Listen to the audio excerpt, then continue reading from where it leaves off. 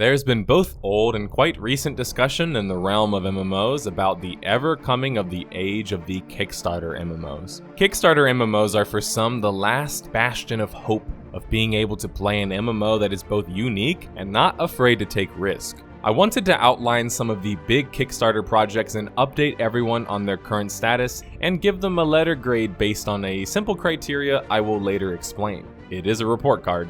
I often get asked about many different Kickstarter projects, and I personally don't like to analyze products that aren't considered final launch quality. I, like most of you guys, don't really have the time to spend hours and hours again beta testing, for the chance that maybe they will listen to our feedback and maybe we get a good game. That being said, I did want to make a video to organize my thoughts overall, just so you guys don't have to keep asking me. I kid. What is Kickstarter? Before we compare report cards from current Kickstarter MMOs, let's explain what a Kickstarter is. In a nutshell, it's a funding platform or website where creators can share, gather, and most importantly, obtain funds for projects through the use of pledges by consumers. This allows them to effectively cut out the need for an investor or publisher relationship, as the development can be funded by those who are pledging money, which warrants them promised in-game vanity items as well as a copy of the game in most cases. Some pledges range from $5 all the way to $10,000. So what's crowdfunding then? Essentially, the crowd in this case is the fundraiser, hence the term coined crowdfunding. The reason this is very significant in the world of MMOs is that the MMORPG market largely has been slow moving due to expensive game costs, server costs, and the like. But it wasn't always that way. At one point during its boom period, investors and publishers alike were joining and hoping to feed on the juicy profits that MMO titan World of Warcraft was able to enjoy. That wasn't really sustainable though, and so the only remaining publishers and investors were much safer in their approaches, resulting in years of MMOs being rather similar in game design and aspects overall. Publishers began effectively constraining developers, and thus developers needed a way to be able to fund expensive games like MMOs, while still maintaining some level of control over the creative process. As prominent MMO developer Mark Jacobs behind Dark Age of Camelot, Warhammer, and now Kickstarter MMO Camelot Unchained put it, it's scary when publishers have all the power. Kickstarter and crowdfunding are going to be incredible tools for developers as long as we don't screw it up. It's the perfect weapon against publisher control. You see publishers doing things these days that they simply couldn't get away with when the others were out there. If Kickstarter works, developers have a viable way of getting games done. We're willing to take chances. We're willing to do things that other developers can't or won't do because of corporate interests. We'll take chances. We'll throw tropes out the window. We are not afraid. Why is crowdfunding good or bad for the market then? Crowdfunding allows the project, or MMO in this case, to effectively scale with the level of its funding. What can start as a small fan project could evolve to much more. There are some great titles that have launched on Kickstarter, especially in the indie market of course. However, in the MMO market, Kickstarter has had much slower progress, and only a handful of launched MMOs use the platform since its founding in 2009. After using a website like Kickstarter to spearhead your crowdfunding, companies then move the rest of the funding to the game's website where you don't necessarily have to follow the same rules as Kickstarter and can continue to fund more money into the project. The downsides of the platform is that they don't necessarily have a strong arm to protect the consumers from defrauding projects, or in less over-the-top examples, simply ones who fail to fulfill promises. Essentially, the biggest weakness of Kickstarter is it relies primarily on the trust from the crowd, especially because most MMO developers are trying to push traffic to their personal company websites for funding, versus using Kickstarter past the starting fund goal for the project, because Kickstarter ultimately charges 5%, which is an awful lot for millions of dollars. Kickstarter has some protections though, such as projects must create something to share with others, projects must be honest and clearly presented, projects can't fundraise for charity, projects can't offer equity, and projects can't involve prohibited items. And there's a rather long list for that. Ultimately, it can be inconsistent in how other projects operate, however. So choose your pledges wisely. If you choose to fund a game at all, research is a must when operating in the realm of crowdfunding, to make sure that you can mitigate problems as much as possible when choosing a title to support. Although these protections are quite listed out, what exactly does projects must be honest and clearly presented mean? By what measure? That's sort of the problems that people have with the overall Kickstarter market. For the report card criteria, I have some simple questions that will be graded on a standard GPA score amounting to a letter grade. Now, the report card criteria for not yet released MMOs are: did they meet their promised launch? Did they meet their funding goals? Are they fulfilling their promises to backers? What stage is the game in? And finally, what is my opinion of the game? The first game we will start with is Camelot Unchained. Camelot Unchained utilizes a subscription model, and it's an MMORPG developed by City State Entertainment and lead developer of Dark Age of Camelot and Warhammer fame, Mark Jacobs. Camelot Unchained is an MMORPG that focuses on realm versus realm, or now dubbed Tri-Realm PvP, eventually to boast a strong in-house engine capable of playing in large battles in the multiple thousands on screen at the same time. What makes the game unique is its cube building system, which allows players and crafters to essentially build any sort of building imaginable, as well as even create their own blueprints. This is a new innovation to the already proven Dark Age of Camelot Tri-Realm PvP progression style in-game, as well as the addition of projectiles, custom abilities, and like.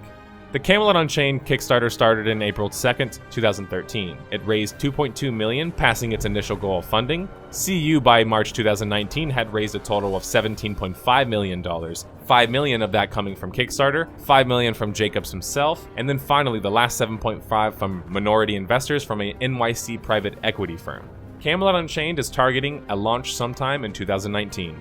So the first category, did they meet their promised launch? The company expects to announce a beta test at the end of the month, and it will likely ship the game in 2019. The company will start porting the game engine to the consoles later this year or next year, but Camelot Unchained is not designed for consoles. For now, it will be shipping on the PC.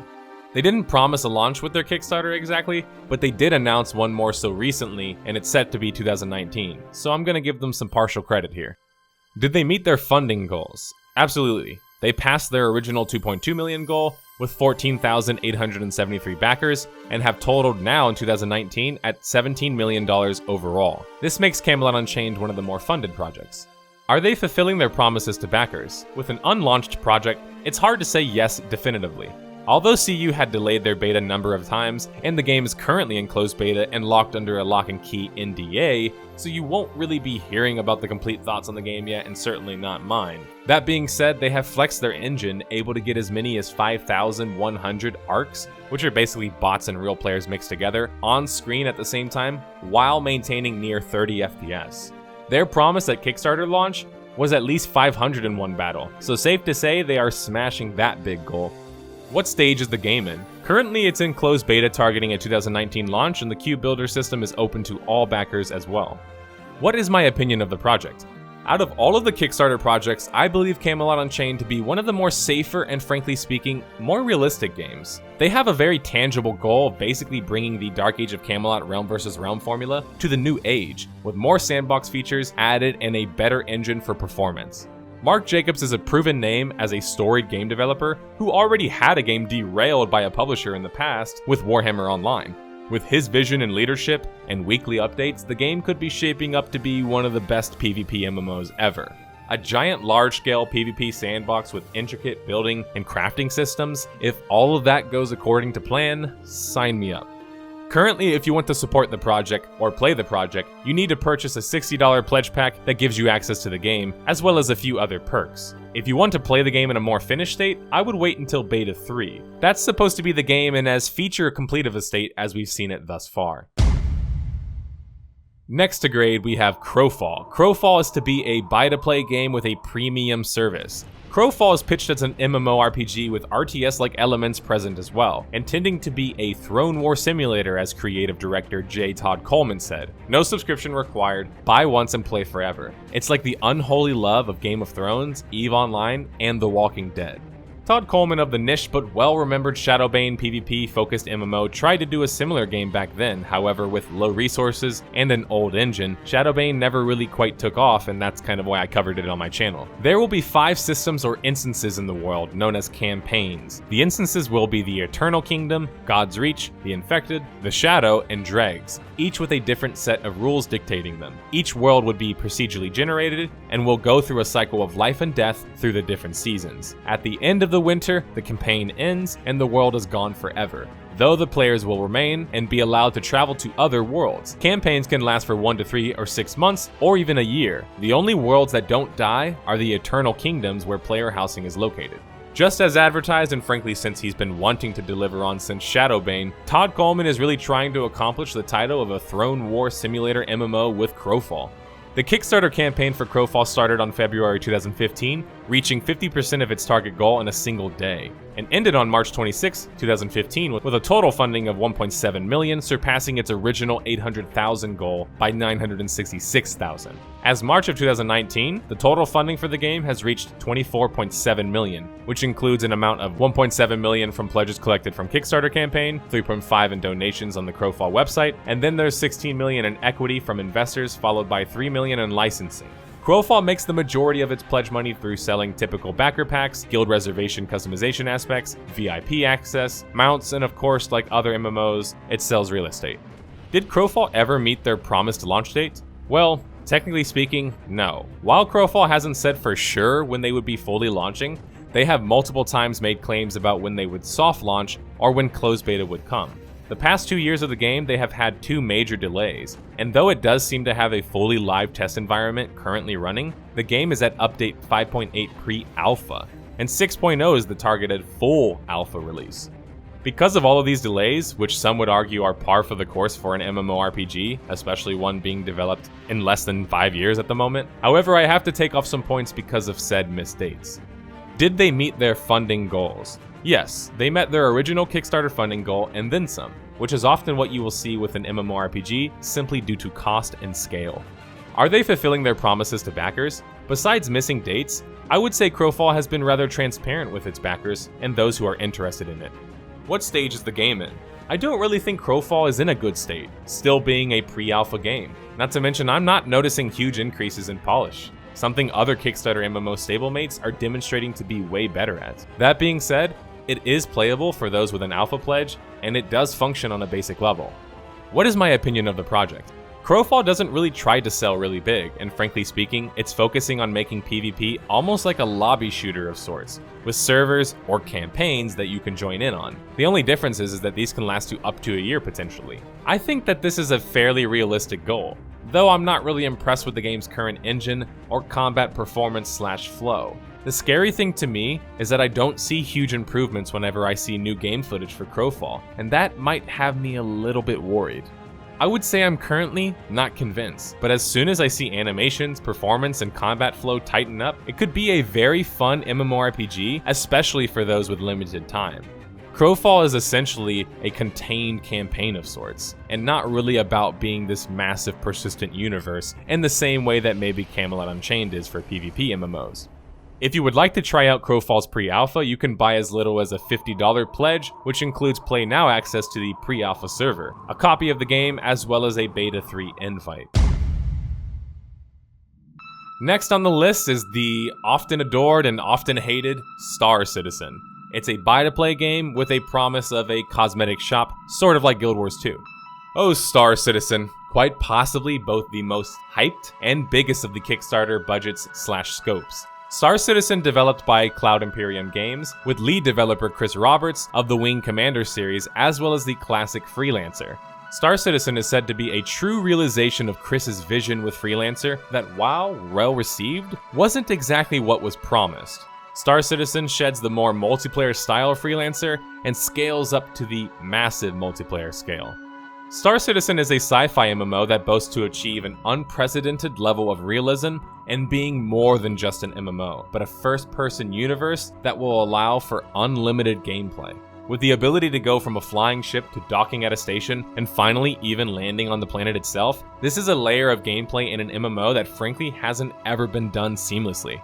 It's like a sandbox for everybody, and occasionally you'll sprinkle in little bits of scripted content to give a bit of character, but you're letting a lot of the players generate the intrigue and the drama. These are some lofty promises for Star Citizen, but boy, I can't lie when I say, in theory, it sounds pretty great. Star Citizen was announced in 2012 with its Kickstarter campaign raising over $4.2 million. By 2014, they heavily scaled up their fundraising by selling ships, or stretch goals primarily, to $39.6 million. However, unlike some of the other MMOs on the list, Star Citizen continued to pursue and has a more measured and deliberate approach to obtaining more funding that they still apparently need to finish their project. As of March of 2019, Star Citizen has raised a grand total of $221 million. All throughout this time, people often referencing the ever-growing feature creep. The ever-increasing scope, features, and funding has gotten some MMO fans, including myself, a little bit worried. Will they be able to pull all of this off? How do people feel about them selling ships as pledges? Why are they working on a single-player version of the game dubbed Squadron 42? Will they ever launch? Find out more on the next episode of Star Citizen, but many of those answers are unknown, and after the ever-persistent delays, people are getting more and more worried. I will try to cover SC itself in a video sometime in the future when I can actually play the game on a deeper level. For the first grade, did they meet their promised launch? Well, technically no, and they have continued to push any semblance of a date as well as repeatedly delayed the launch of 3.0 for a number of years. Considering development of the game started in 2011 and we are currently in 2019, it's not looking like a launch is in sight anytime soon. Did they meet their funding goals? Yes, and then some. Currently, Star Citizen is the highest crowdfunded game and the 4th highest project. Some, however, are afraid that as the game grows in funding, it increases in scope and therefore risk. If they can pull it off though, they would need the right kind of money, so it is a bit of a tough situation. Are they fulfilling their promises to backers? Considering they delayed a promised 3.0 3 or more times over the course of 2 years and many backers were still awaiting a more playable state of the game, I wouldn't say so, though they haven't completely failed in that regard either. What stage is the game in now? Star Citizen is currently in Alpha 3.5, which does have a whole boots on the ground module where you can actually run around on ArcCorp. This is still not quite ready in the terms of performance for anything other than testing, however, but it's a massive improvement of what was there before. There's also Arena Commander, Hangar, and the Star Marine portion, which is like the FPS portion, which are playable to backers. All in all, their most important feature, the persistent world, is their least developed part of the gameplay. The fact that they don't even have an actual sandbox test environment where people can really test out the systems shows you that they are a ways off from having a playable test version. What is my opinion of the project? I'm a bit conflicted with Star Citizen. On one hand, I want to see it succeed and revolutionize the MMO space, which has grown quite stale at the moment. I also want it to become a reality because I absolutely love sci-fi MMOs. However, a sci-fi MMO with the size and world that Star Citizen is looking for is very difficult to do seamlessly. It simply hasn't been done yet. If they are able to accomplish it, the game will go down in the history books. I mean, think about it. A game where you could rule a space empire from a giant capital ship and bombard people on planets below you? Actually, I would rather just create a pirate empire myself. Oh, the possibilities. However, if Star Citizen falls before the starting line or never quite becomes what it was initially promised as, it could be a catastrophic failure in the world of big budget MMORPGs. And every time a big project like that fails, it causes an immense ripple effect. It could scare away publishers, or even worse, burn the audience themselves, who after all, was the one that funded it all. Something about the way and speed of which Cloud Imperium games can generate funds worries me. It makes me think that there's this giant bubble that could be popped. But above all, I'm eager to play the game when it's in a more finished state. If you'd like to test out the new flight controls or new flight model, you could pledge $45 and get access to a copy of the game, 3 months insurance, and access to both the Arena Commander and Star Marine modules. For $10 more, you get access to the PTU, which you can test out new patches on and releases. But after that, if you want access to the more persistent world, you need to be an Evocati, because they are those who volunteer to test it. And then there's the concierge, which are people who spent over $1,000. It's quite a steep price if you really want to test out the game, so you're probably better off just waiting a little bit. Next up on the report card, we have Chronicles of Elyria, a free-to-play game with a cash shop, which cost $30 for a soul. Chronicles of Elyria is an MMORPG being developed by Soulbound Studios that, frankly speaking, is one of the more bold projects currently on Kickstarter. The game has a polarizing character death system, where eventually your character dies in over the course of 10 to 14 months or so. Each death in the game reduces this overall lifespan by 2 days. Your soul is then reincarnated stronger than before, and then the spirit gets to live on in another character that you create. Other key features are the focus on emergent and dynamic gameplay instead of static and developer-made content. It's an interesting dynamic, though it most certainly can be deemed to be risky, as I don't believe such a system has ever been attempted in an MMORPG quite like this. The Kickstarter project for Chronicles of Elyria launched on May 3rd, 2016, and within 2 weeks, they were 100% funded to their original goal. The initial goal for Chronicles of Elyria was $900,000. They raised $1.3 million. They continued to collect funding on their website following the successful Kickstarter, and currently have collected $5.7 million. Did they meet their promised launch? No, actually. They promised initially to launch back in December of 2017, while having gone through beta and alpha in the interim. Now it's the spring of 2019, and according to their Gamepedia and reported to other outlets, they were in 2017 targeting a 2019 launch, and that's not in sight either. Did they meet their funding goals? COE currently has collected $5.7 million. This might explain the slow development, as in the realm of MMOs, that's considered pretty low. That being said, they certainly have enough funding to be considered a serious project. Are they fulfilling their promises to backers? Besides the missed dates, COE seems to be satisfying its supporters at least enough for them to keep supporting it, but I don't think we can say that it's really doing a great job of fulfilling the other promises though, so I think it cancels out a bit. What stage is the game in? There is very little gameplay footage shown of Chronicles of Elyria. We've seen the character creator, we've seen them walking around and interacting with the world. Most recently, we saw some low-performance pre-alpha footage of the Soulbound studio team running through a dungeon and showing off the climbing, parkour, and a little bit of the battling. All look very rough around the edges, but with persistence and perhaps more funding, they could polish it enough. It is only pre-alpha after all. What is my opinion of Chronicles of Elyria? At this point, I struggle to call Chronicles of Elyria a game or a world, as the most important part of that, the whole persistent part, is painfully absent. The idea of it is very intriguing, and they have a lot of interesting concepts such as death systems, no minimap or automap, and a strong attention to detail for character customization and outfits.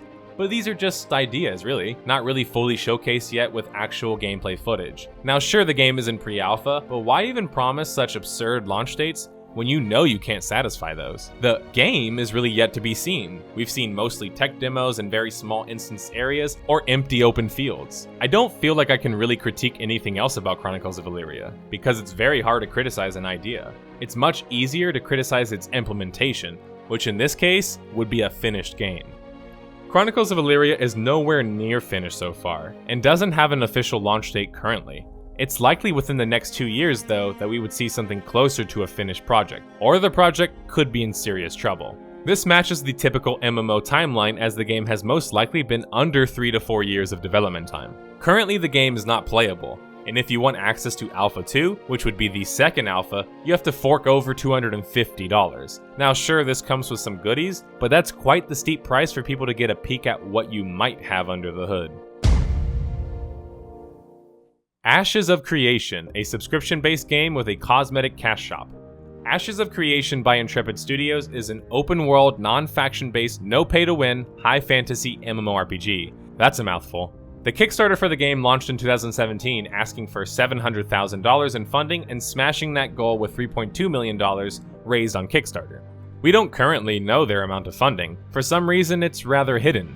But we do know that they wanted $30 million in total funding for the project, according to the CEO, Stephen Sheriff. And Sheriff is putting in quite a lot of his own personal fortune to fund the project as well. The publisher for the EU market has already been announced to be My.com, which I recommend watching Lazy Peon's video on for more information as to why they are often seen as a bad mark in MMO publishing.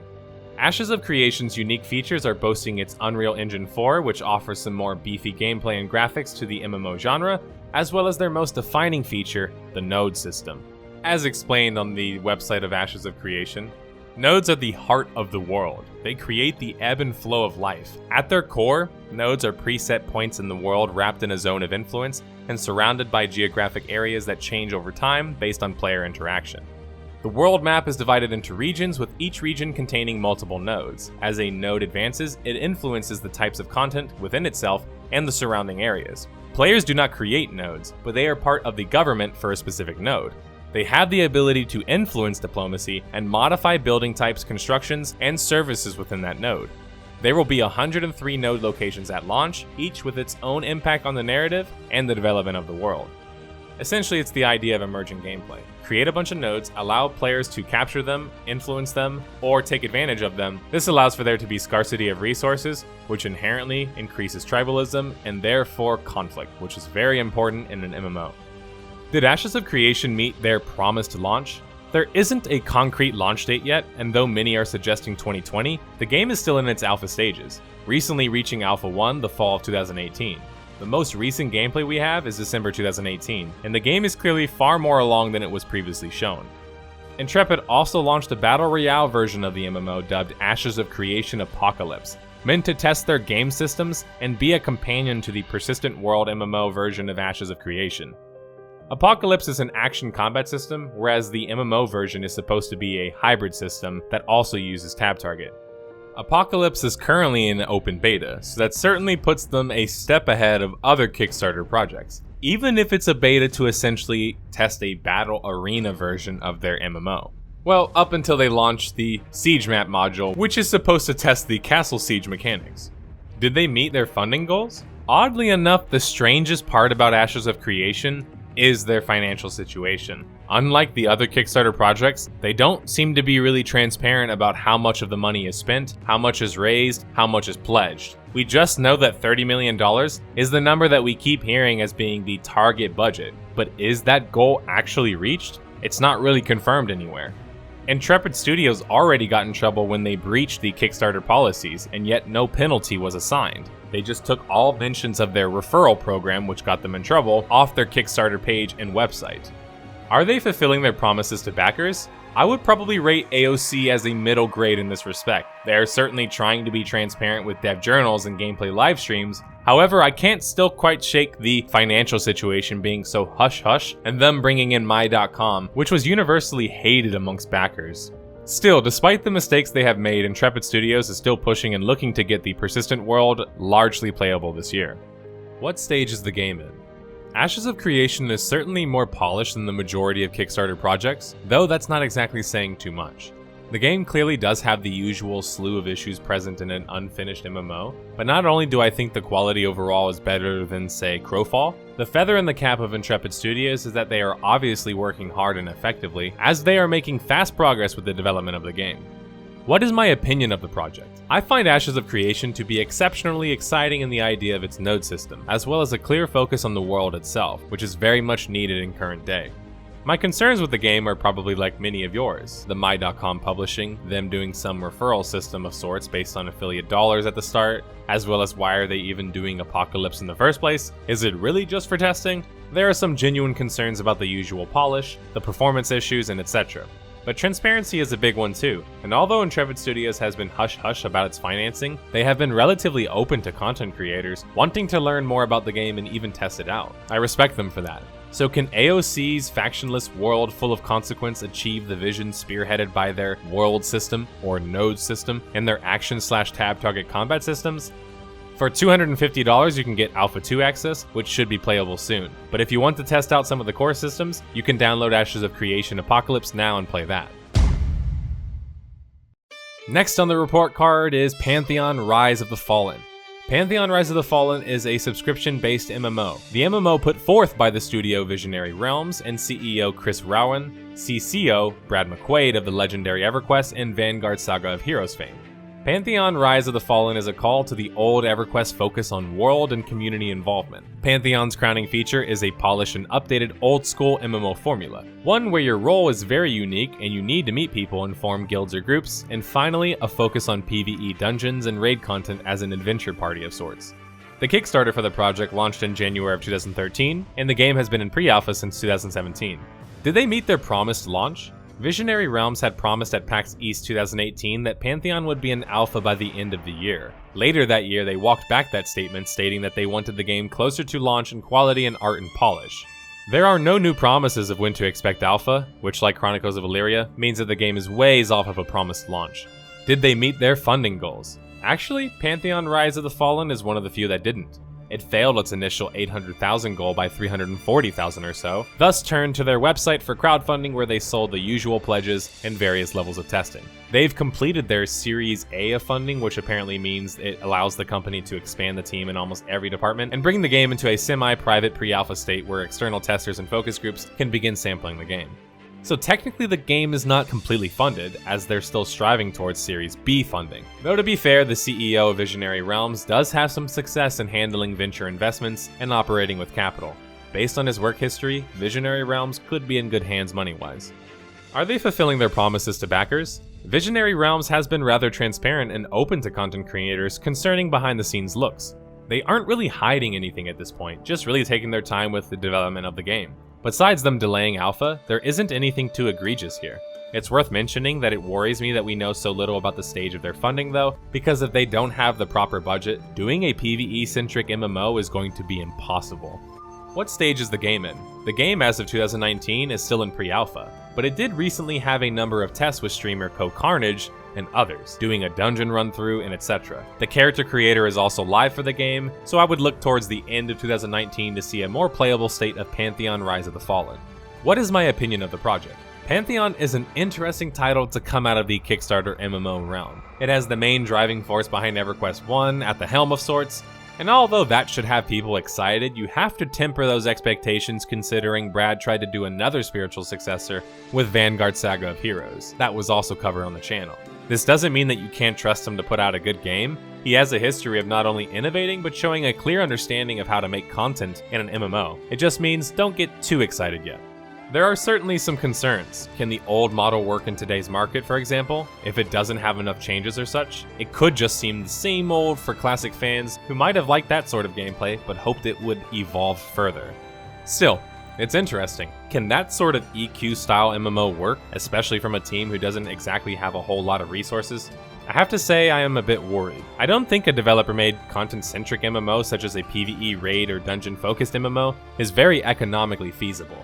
That said, I wish them the best of luck with the project, and I eagerly await my concerns being alleviated as more content or footage of the game comes out, and the game eventually becomes playable.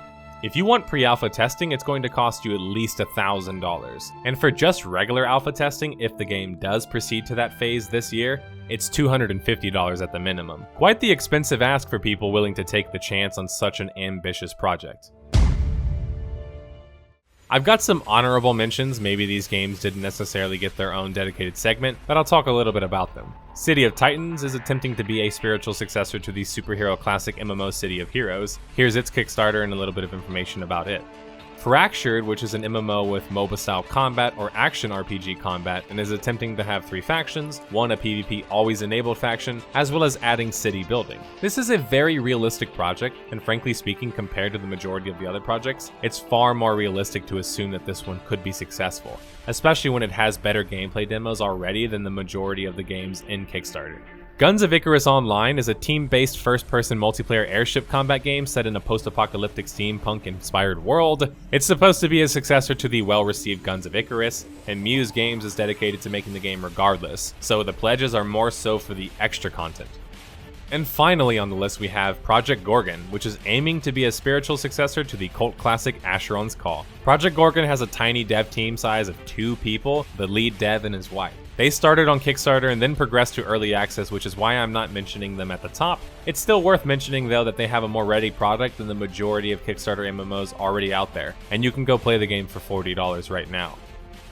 Alrighty, so while writing the first part of the report detailing the yet-to-launch Kickstarter projects, it made me think about some of the MMOs that have already launched and launched on Kickstarter. Why not grade this on a basic report card grade 2 while we're at it? Might as well, right? Ultimately, these will be condensed thoughts. Who knows, perhaps I can or will cover these games more in the future, but here's just my basic understanding of them and a little bit of a report card grade as well. The criteria for released MMOs is going to be: how is the game received, critically/audience reception, did the game fulfill its promises to backers, what is my opinion of the game, and will the game survive long term.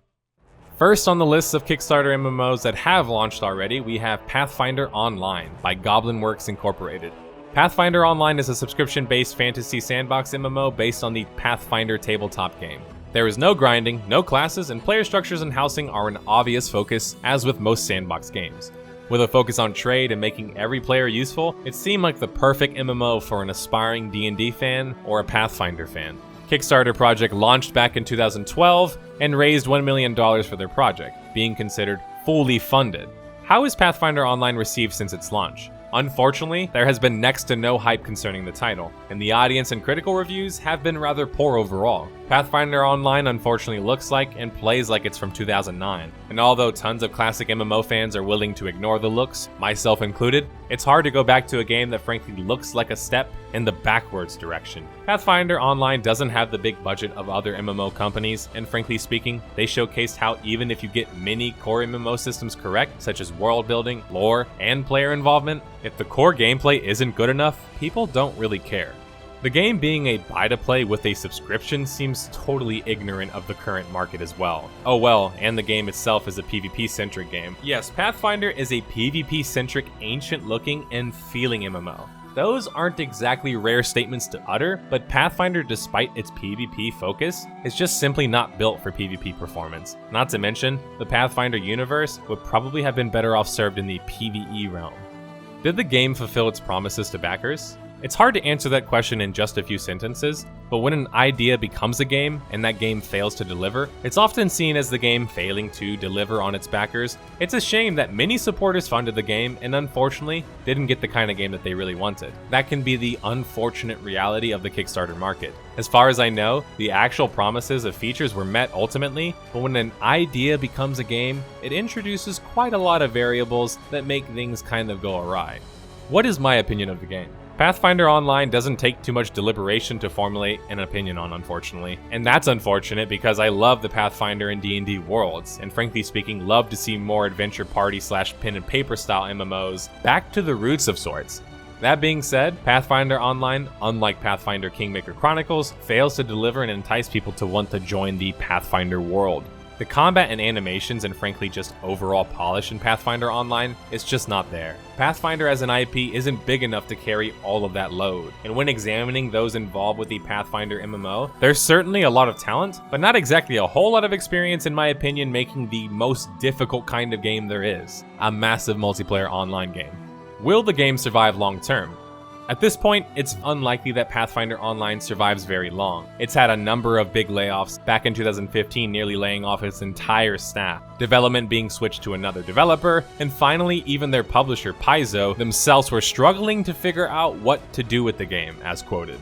Massively covered the game back in summer of 2018, and since then we haven't seen any serious updates or changes. It's safe to say that the game won't be lasting much longer, which means it could eventually find itself on the Death of a Game series. In the meantime though, if you guys want to go explore more of the Pathfinder universe, I really recommend checking out Pathfinder Kingmaker Chronicles, the RPG, not Pathfinder Online, the MMO. It's a proper Pathfinder game, done proper.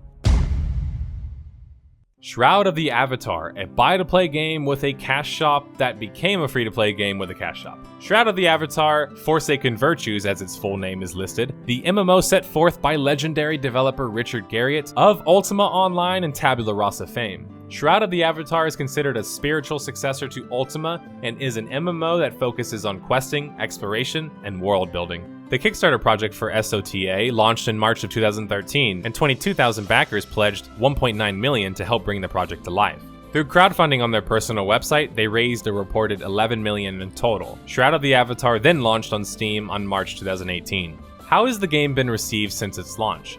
On Metacritic, Shroud of the Avatar had 4 critics give it a failing grade, while Steam reviews had 51% of those who reviewed the game dislike it or rate it unfavorably. Most criticized the odd focus on being a single-player game, a co-op game, and then an MMO, so it lacked a strong prioritization on the massive or community aspects. Combat is considered to be both clunky and bland, as many users noted. The game is completely instanced, making you feel disconnected from the world at times. With the use of the Unity engine and all of its usual performance issues when not properly tested, Shroud of the Avatar struggles to run on newer PCs, despite looking like it came from 2005. Did the game fulfill its promises to backers? At this point, it's rather clear that in the case of Shroud of the Avatar, it had relatively the same promises throughout its development, but it wasn't until the game was launched that everything was completely transparent. Many backers went in with the mentality that the Kickstarter and crowdfunding would function like in most titles. However, in Shroud of the Avatar, they only kept scaling up with their monetization drives even after launch. This angered some of the loyal backers, and meanwhile the others who either bought land with real-life money or were making real-life money from the game, well, they obviously aren't totally bothered. Unless the game dies, of course. When Shroud of the Avatar went free-to-play at the end of 2018, it was a bit of a slap in the face for those who originally backed the project, some fans even going as far to call it a cash grab. What is my opinion of the game? It needs to be said that the development of Shroud of the Avatar has been full of drama, and frankly, has been anything but smooth.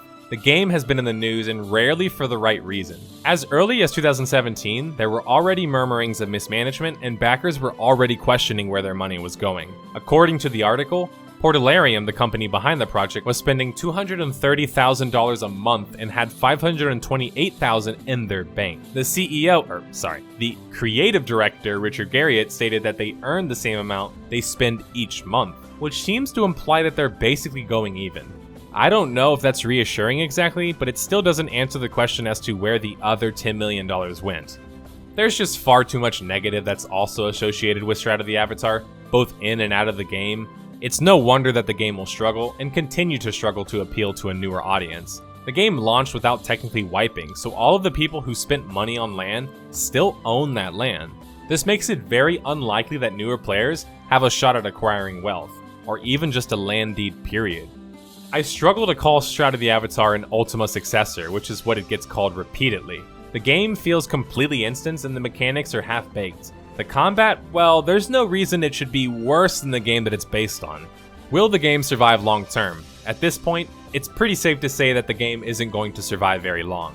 Portalarium had layoffs in the summer of 2018, and Richard Garriott then shed his CEO title and reassured everyone that creative director was his role all along. That's not really reassuring, Richard.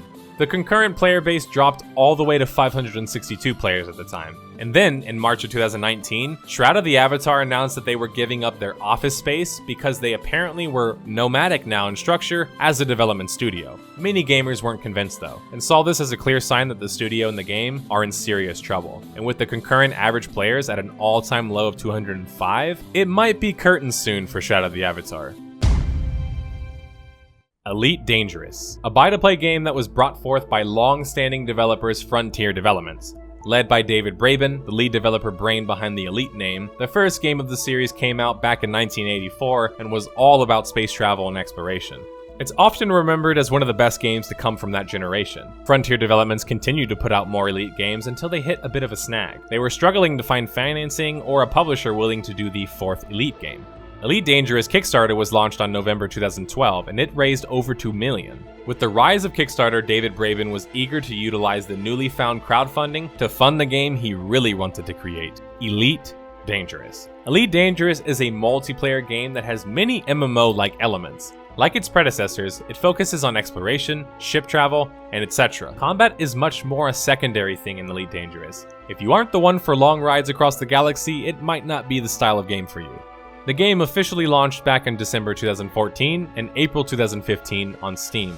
How has the game been received? Critics rated the game an 80 out of 100 or an 8 out of 10 on Metacritic, whereas fans had a more middling 67 out of 100 or a 6.7 out of 10.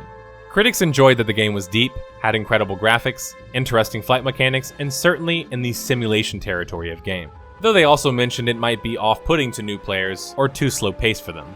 Out of 27,000 reviews, the reviews are mixed on Steam concerning the game, though recent reviews are more so positive since they launched their Elite Horizons expansion of sorts and other subsequent content updates. Most gamers echoed the positives of the critics, but also pointed out that the game, even when played in open mode, can feel very lonely at times. Not to mention, since the world itself is a sandbox and not a dynamic, living, breathing world, it relies heavily on scripted events. And since you are the main character, they always happen around you.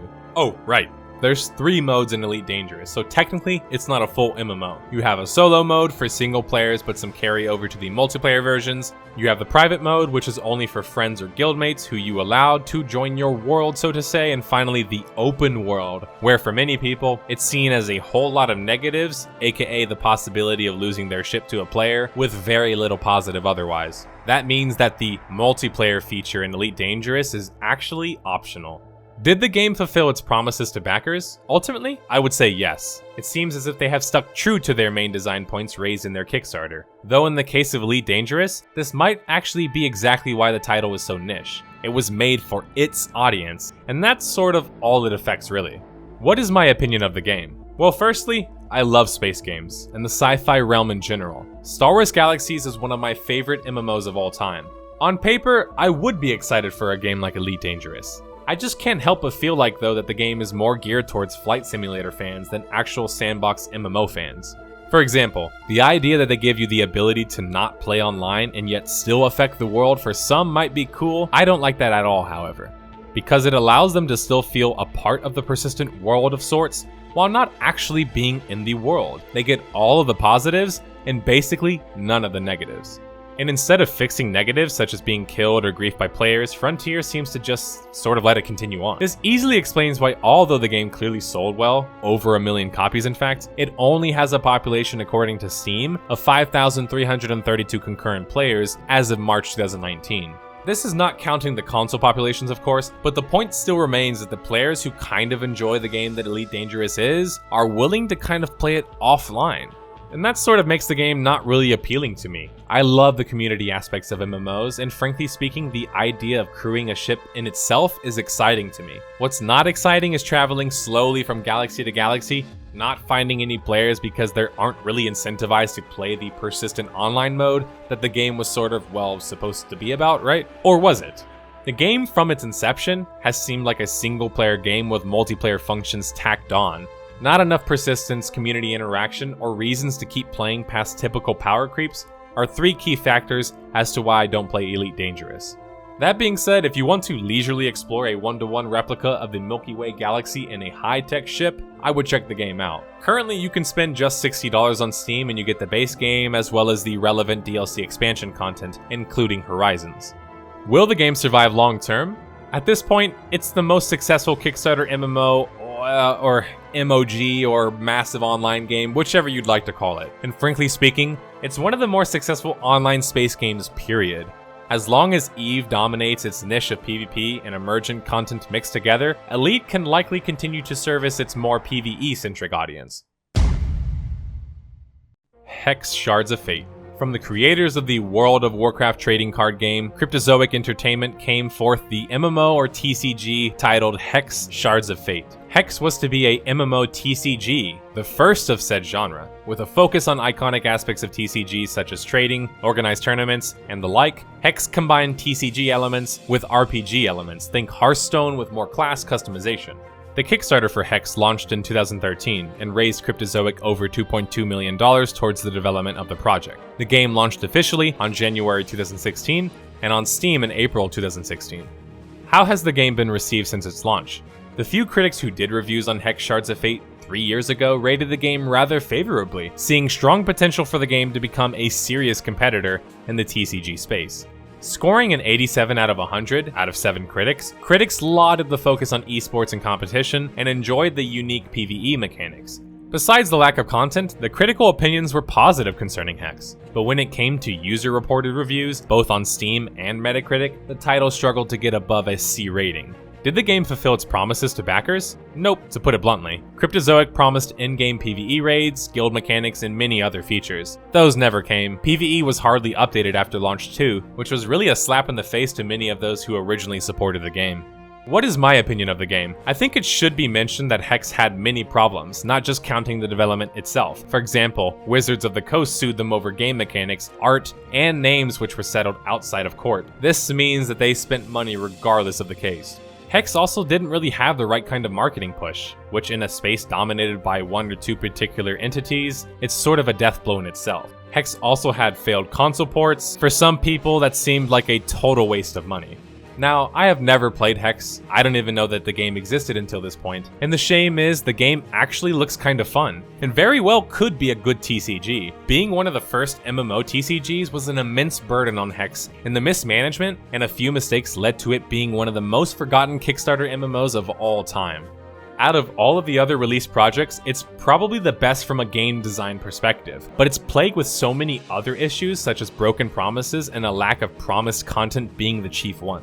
I think there's a good enough TCG there to salvage that aspect from Hex, and it's just a shame that the whole advertised feature of it being an MMO TCG was just blatantly missing. And at that point, I can't really have a positive opinion about a game that's supposed to be an MMO, but, well, isn't. As many of you know, I am the first in line to sign up to an MMO that is focusing on PvP, especially a TCG looking to have some competitive structure. But completely abandoning their PvE content to full stop turn and focus on PvP sounds awfully familiar. Hex had so many issues outside of its Kickstarter use that frankly means, like with Shroud of the Avatar, it deserves its own death of a game. But opinions aside, if we merely look at their market share currently and their population, it's easy to see that Hex is not doing well. With little to no developer involvement, a non-existent community, and most likely most of the original player base moving on to other TCGs at this point, it's not likely Hex survives very much longer. Alrighty, well that's the end of this video. We've covered everything Kickstarter at this point, both unlaunched and launched major MMO projects. Don't sweat the gradings too much, they aren't meant to be totally serious. I just wanted a way to chronicle all of this information in one place. That way I can answer many of the same questions while also informing you guys of the different Kickstarter MMO progresses. Thank you for watching this video. If you would like to support me further, you can visit my Patreon and make as little as a $1 donation to my cause of trying to make this video game detective thing a reality. You look out for me, I look out for you, detectives. Thank you.